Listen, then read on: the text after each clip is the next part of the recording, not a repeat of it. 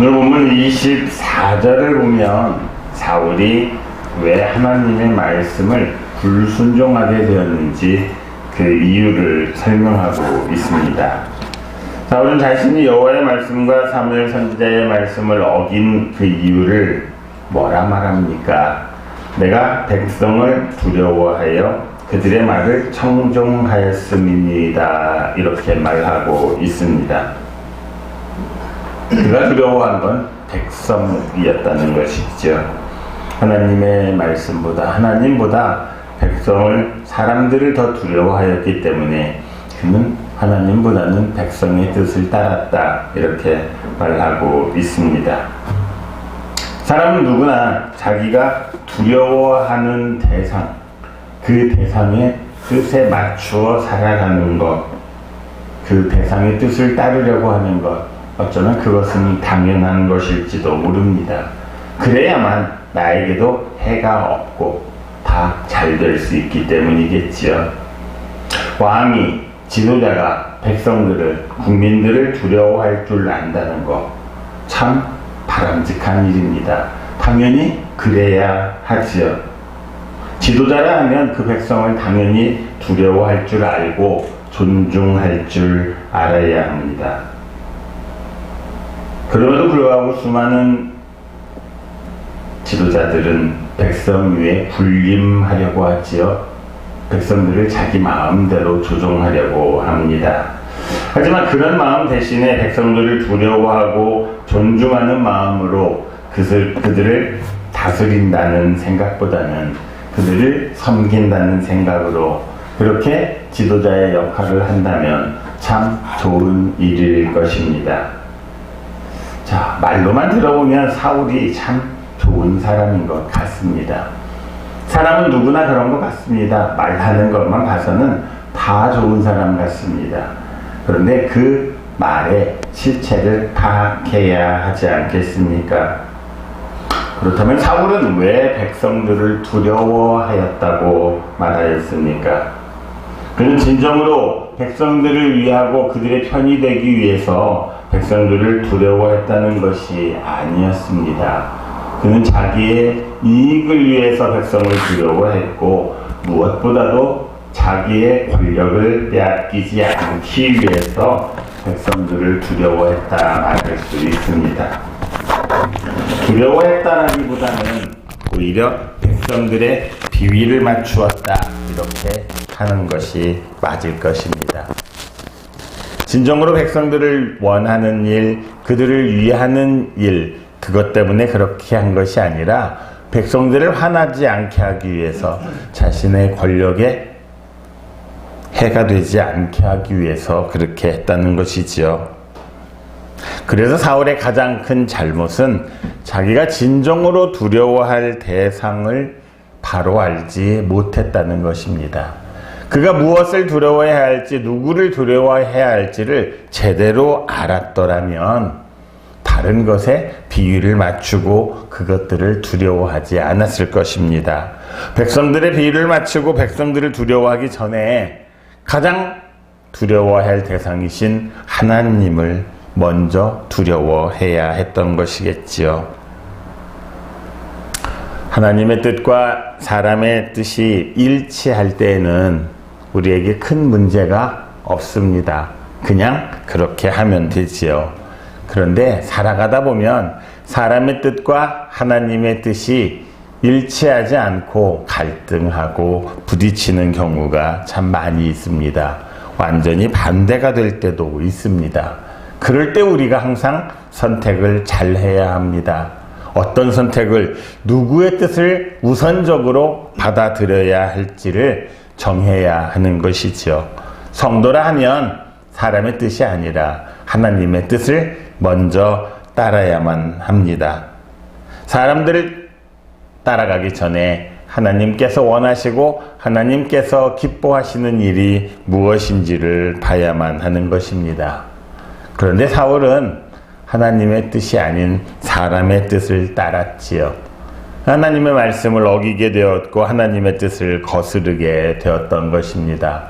결론적으로 사울은 이런 일로 인해서 자신을 왕으로 세우신 하나님께 버림을 받았습니다. 정작 자기를 누가 왕위에 오르게 하신지를 알지 못했던 것이지요. 비참한 운명을 맞을 수밖에 없었습니다. 여기에서 우리가 깨달아야 할 것, 우리가 진정으로 우리 인생에서 두려워할 대상을 잘못 알고 살아가는 사람들이 얼마나 불행한 삶을 살게 되는지를 말해주고 있습니다. 사울을 통해서 우리가 알 수 있는 단 한 가지는 우리가 진정으로 두려워할 대상을 두려워하고 그분의 뜻을 따르고 그분을 섬겨야 한다는 것입니다.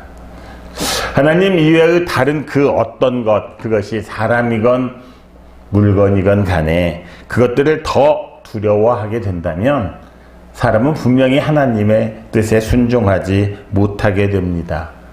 결국은 망하게 되는 지름길을 찾아가게 되는 것이지요. 그래서 우리가 진정으로 두려워할 대상은 이 세상의 그 어떤 것도 아님을 알아야 합니다. 세상의 권력도 아니고 세상의 부귀, 영화도 명예도 아닙니다. 우리가 두려워해야 할 대상은 오직 하나님 한 분뿐이심을 알아야 합니다.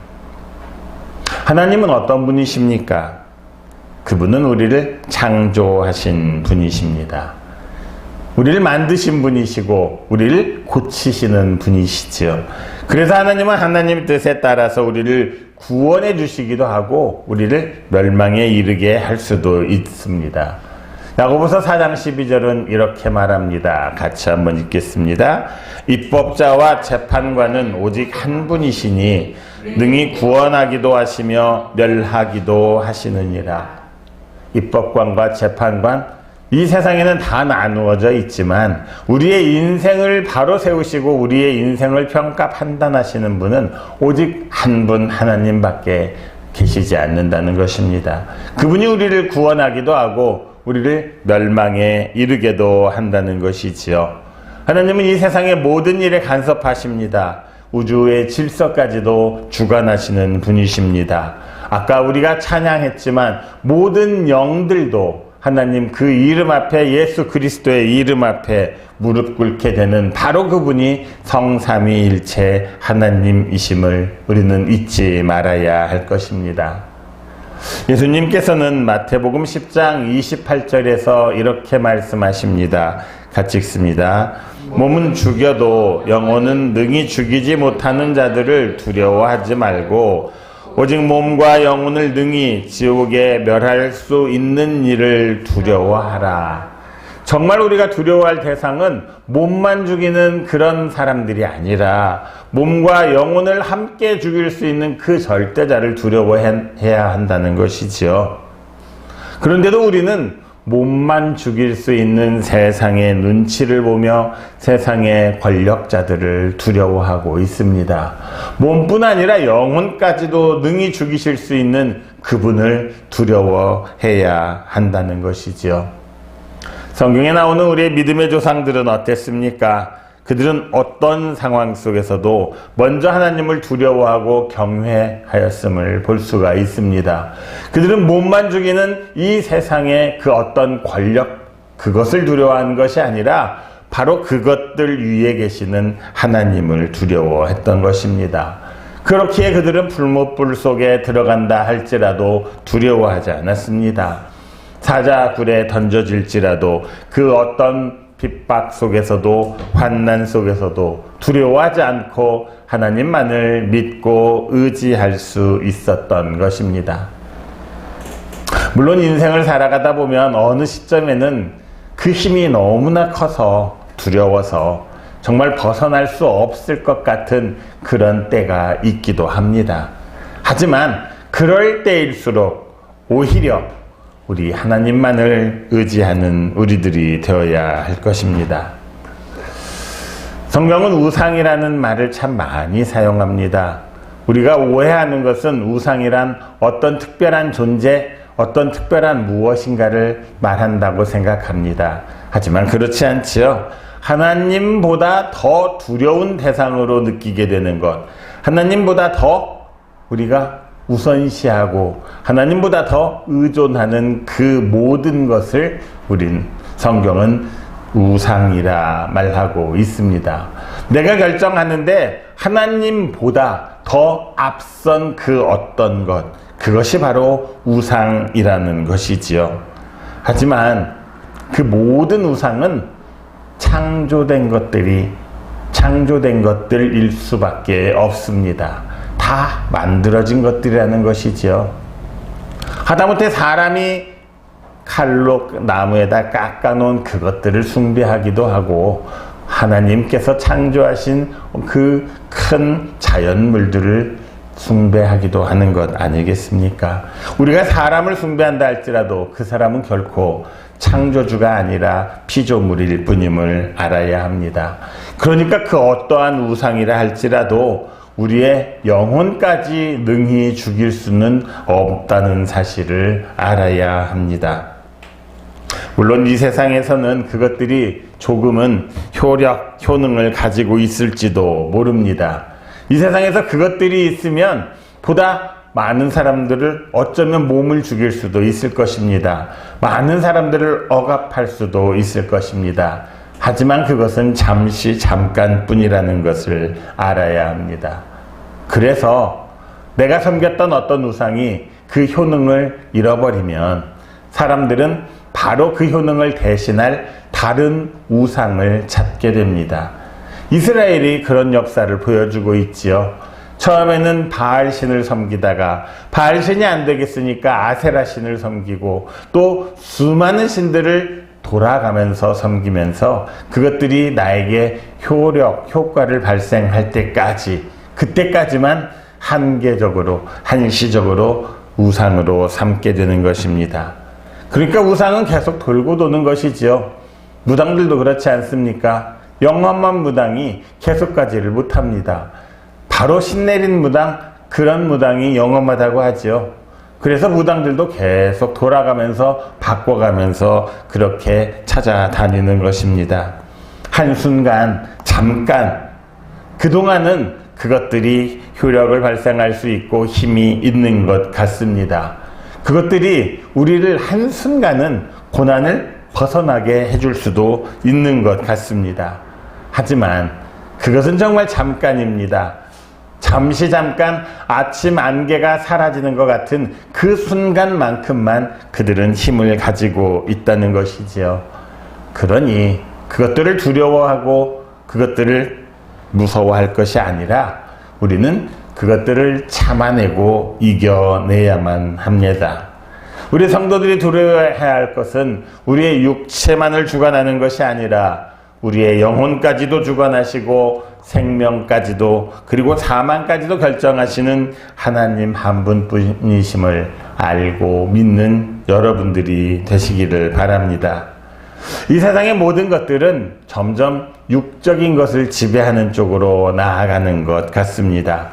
하지만 정작 육체만이 아니라 정신까지도 지배하는 그것이 이기는 것임을 믿고 의지하는 여러분들이 되시기를 바랍니다. 그분은 오직 하나님 한 분뿐이십니다. 오늘 하루도 이 믿음으로 하나님께 순종하고 하나님의 말씀을 따라 담대하게 살아가는 여러분 모두가 되시기를 바랍니다. 25절을 보면 이렇게 말합니다. 사울은 사무엘에게 청하오니 지금 내 죄를 사하고 나와 함께 돌아가서 나로 하여금 여호와께 경배하게 하소서. 말만 봐서는 사울이 이제 회개하고 돌이킨 것 같습니다. 그런데 사무엘의 대답은 의외입니다. 사울의 요청에 대해서 사무엘은 나는 왕과 함께 돌아가지 아니한다 이렇게 말하고 있습니다. 아주 냉담하게 거절하고 있지요. 그렇게 사무엘이 가려고 돌아설 때에 사울이 사무엘의 겉옷자락을 붙잡아서 찢어지게 됩니다. 사울은 포기하지 않았다는 것이지요. 어떻게든지 달라붙어서 애걸복걸해서 사무엘을 붙잡으려고 했다는 것입니다. 그 옷자락을 찢으면서까지 자기와 함께 하나님께 가서 경배해달라고 지금 사정하고 있는 것입니다. 이 정도만 보면 진정으로 회개하는 사람, 하나님을 참 경배하고 싶어하는 사람인 것 같습니다. 왜 이스라엘의 왕인 사울이 한낱 선지자에 불과한 사무엘에게 이렇게 구차하게까지 매달리면서 있어야 합니까? 정말로 사울은 회개한 것입니까? 그런데 이 모습이 진정으로 회개한 모습이 아니라는 것을 우리는 30절을 통해 알 수 있습니다. 그가 이렇게 한 것은 정말 하나님의 뜻을 따르기 위해서 진심으로 회개되고 변화되어서 했던 일이 아니라는 것입니다. 30절은 사울이 하나님께 예배하는 이유를 이렇게 말하고 있습니다. 내가 범죄하였을지라도 이제 청하옵나니 내 백성의 장로들 앞과 이스라엘 앞에서 나를 높이사 나와 함께 돌아가서 내가 당신의 하나님 여호와께 경배하게 하소서.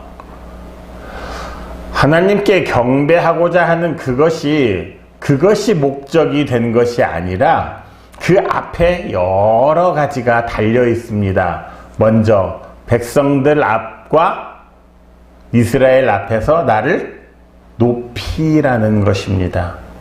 하나님 앞에 경배하는 것이 목적이 아니라 사람들 앞에서 내가 높여지는 그것이 목적이었다는 것이지요. 오히려 자기를 더 드러내고 더 높이고자 하는 욕심으로 가득 차 있음을 알 수가 있습니다. 사무엘이 사울과 함께 가서 사울 앞에서 사무엘이 예배를 드려주면 사람들은 어떻게 생각하겠습니까? 하나님의 사람인 사무엘도 사울 앞에서 예배를 드려주니 사울은 하나님을 따르는 사람이고 하나님께 인정받은 사람이다. 이런 평가를 얻게 되겠지요. 그러니까 하나님이 아직도 나와 함께 하신다는 그 사실을 장로들 앞에서 백성들 앞에서 드러내고 싶었던 것입니다. 내가 이만한 사람이야. 아직도 하나님께 인정받고 있는 사람이라는 그러한 자기를 우월감에 빠진 자랑하고 싶은 그런 허영심에 빠져 있었다는 것입니다. 진심으로 속죄의 예배를 드리고 하나님의 뜻을 따르고자 했던 것이 아니라 사람들 앞에서 나를 마음껏 높이고 드러내고 싶은 욕심으로 가득 차 있었던 것입니다. 그래서 사무엘은 그 속마음을 알고 있었기에 사울의 요청을 받아들이지 않았던 것입니다. 사울은 자기에게 있지도 않은 거룩함, 권위 이런 것들을 겉모습으로만 드러내고 싶어 했습니다. 가지고 있지 않은 사람들, 진정으로 내실이 없는 사람들, 속이 차지 않은 사람들은 겉으로 무엇인가를 의리번쩍하게 보여주고 싶어 합니다. 그래서 비싼 것들도 차고 다니고 비싼 것들도 가지고 다니고 그러는 거겠지요. 그것들을 보고 겉모습으로 사람들을 속이고자 하는 것입니다. 선거철이라 이때가 되면 참 유명한 사람들하고 찍은 사진들이 다 나오지 않습니까? 그 유명한 사람들과 어떤 후보가 자기가 찍은 사진이 나옵니다. 그 사진만 본다면 이 사람은 그 유명한 사람과 참 친한 사람이고 잘 알고 있는 사람인 것 같습니다. 하지만 그것은 겉모습뿐임을 알아야 합니다. 정작 그 유명 인사와는 아무런 관계도 없을 수도 있습니다. 그냥 지나가다가 사진 한 장 찍어달라고 해서 찍어주는 것일 수도 있습니다. 겉모습만 의리의리하고 빛가번쩍하게 그렇게 보여지게 하는 것이 어쩌면 요즘의 세상인 것 같습니다. 내 안에 든 것이 없길래 겉으로 자꾸 비싼 명품들을 치장을 하고 휘두르고 다니면서 나를 드러내고 싶어 하는 것이라는 것이지요. 사울의 경우도 마찬가지입니다. 그는 겉으로만 하나님의 선지자인 사무엘과 함께 예배드리는 흉내, 예배드리는 척만 하면 된다고 생각을 했습니다. 그러니 그것이 진짜 하나님의 인정과 권유를 받는 것은 아님을 알아야 한다는 것이지요. 우리 성도들이 가지는 거룩함, 권유는 어디에서 나오는 것입니까? 겉모습에서 나오는 것이 아닙니다. 겉사람이 우리의 모든 것을 드러내는 것이 아님을 알아야 합니다. 겉사람은 죽어 없어지고 속 사람이 진정으로 하나님께 인정받고 하나님의 뜻을 따르는 그 사람이 되었을 때 우리는 진정한 하나님의 사람들이 될 수 있는 것입니다. 겉으로만 하나님께 순종하려고 하는 것이 아니라 우리의 속 마음에서부터 하나님의 뜻을 따르고 진정으로 순종하는 그런 삶이 우리 안에서 나타나야 한다는 것입니다. 그러기에 사람들은 무슨 척하기를 좋아하는 것 같습니다. 거룩한 척하기, 믿음 있는 척하기, 섬기는 척하기, 권위 있는 척하기. 그냥 사울처럼 우리도 모양만 흉내내고 모방해서 말씀에 순종하는 척하고 그렇게 사람들을 속이고 사람들 앞에서 믿음의 삶을 사는 것처럼 헌신의 삶을 사는 것처럼 보이게 할 때도 있는 것 같습니다. 참 많은 사람들이 그렇게 하면서 살지요. 사울이 그랬던 것처럼 얼마간은 그것이 잘 밝혀지지가 않습니다. 하지만 결국 삶의 결실이 열매가 맺혀지지 않는다면 그것은 척했을 뿐이구나 이렇게 알 수가 있는 것 아니겠습니까? 바울 사도가 말하지요. 경건의 능력은 없고 경건의 모양만 있다.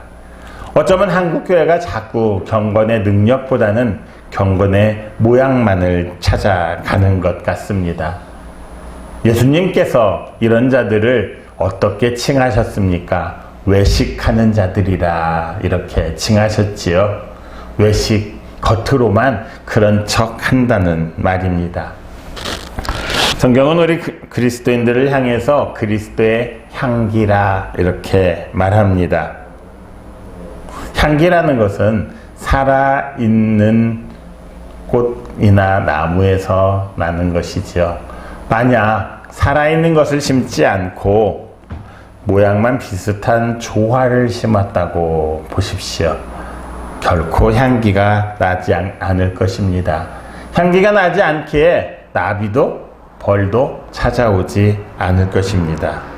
아니 어쩌면 너무나 그럴듯하게 만들어 놓으면 겉모양만 그럴듯하면 처음 몇 번은 벌과 나비가 찾아올 수도 있겠지요.